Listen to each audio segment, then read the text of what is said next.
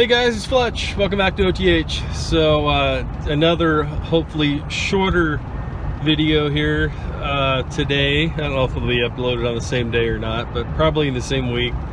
So if the background of the car looks the same, it was shot during the same day.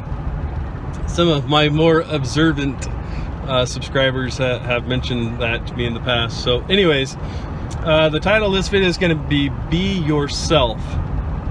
And here's why. Once upon a time, I was a recruiter for a Fortune 500 company. And this Fortune 500 company did not operate like many other Fortune 500 companies. It was a successful company, but you know, they didn't do stuff the same way.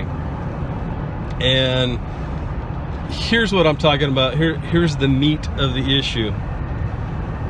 The kind of employees that we were looking for were employees that were well-rounded, meaning that, you know, and for track record, what we were looking for was people that would spend 2 to 3 years at each job before moving on to a better job. And those were the kind of people that we were looking for because they were very easy to train. They had experienced other things. They knew how to do things more than just one way, right? And they're pretty resilient people. And we wanted people that wanted to get promoted and to be advanced in the company. And so, you know, we weren't scared at all by people, you know, that would look for a better opportunity after 2 or 3 years, especially if, you know, there just wasn't any at the previous company that they were at. And, you know, I would get people in my office regularly, and, you know, they would try to go through this whole thing of telling me about how they were, you know, had been at the same company for 20 years and they were dependable and da-da-da-da-da-da-da. And they were telling me the exact opposite of, you know, what I wanted to hear if that's what someone was doing, right? Was trying to tell me what I wanted to hear. They were telling me the exact opposite.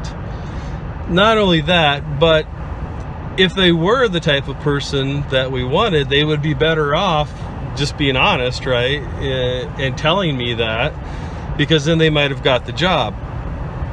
Conversely, you know, you might be miserable if you got hired in a job like that.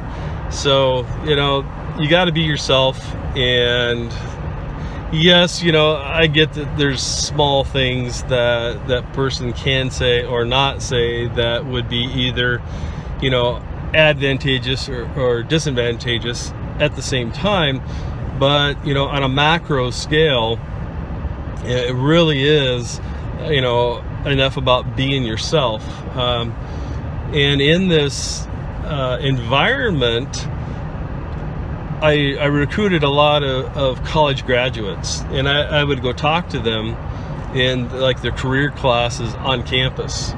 You know, it was a great way that I fed a steady flow of qualified applicants into the corporation, so to speak.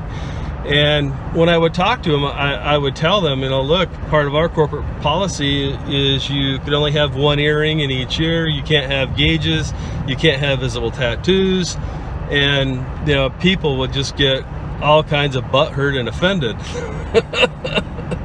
And, you know, and you just have to tell them, look, you know, I'm sorry if that offends you, but you should look at it this way. It's better that you know now that, you know, if your tattoos and your gauges and all that is such an important part of you, then this isn't the place for you to work, right? You know, because, you know, you can't be, as the saying goes, free to be yourself, right? But yes, there's also something to be said at the same time with, you know, you got a way free to be yourself with feeding yourself. So the reason why this corporation was not looking for people that, you know, had worked at one place for 10 years or, you know, even 20 years, is kind of a paradigm changer for a lot of people out there.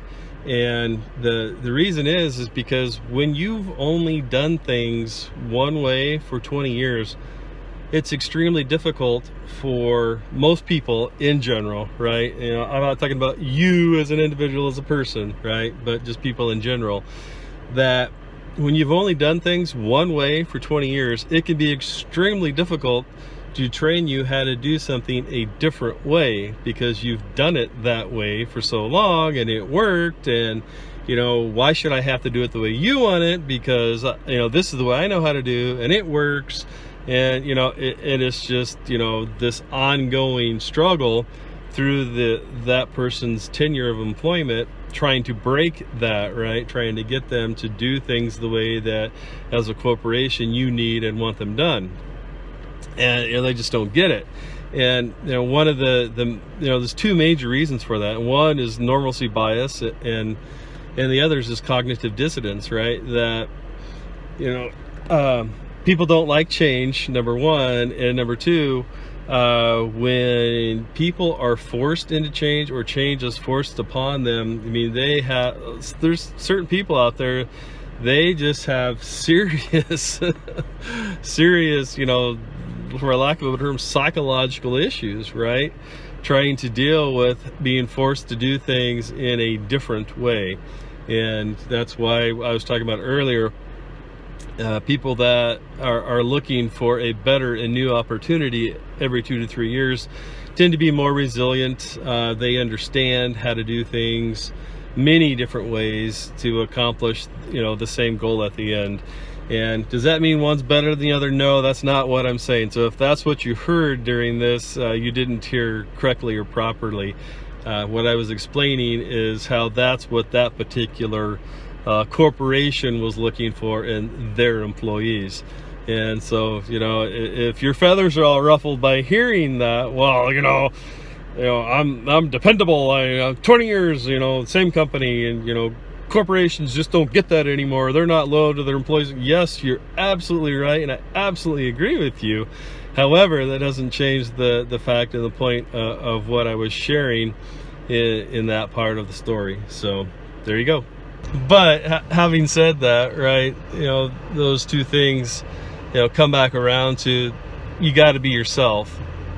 And, you know, don't be so worried about trying to be someone that you think others want you to be.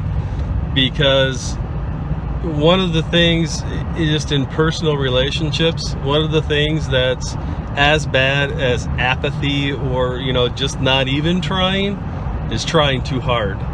And many times when you are trying to come across as something that you are not, you come across as you're trying too hard, and it's a major turnoff for a lot of people out there. And yes, folks, I'm not just, you know, talking like I'm the know-it-all. No, I've been on both sides of that, I promise you. But so hopefully that'll help someone out there today. Be yourself and be the best you that you can be. Hope you're having a great day, guys. We'll talk to you soon. Shalom.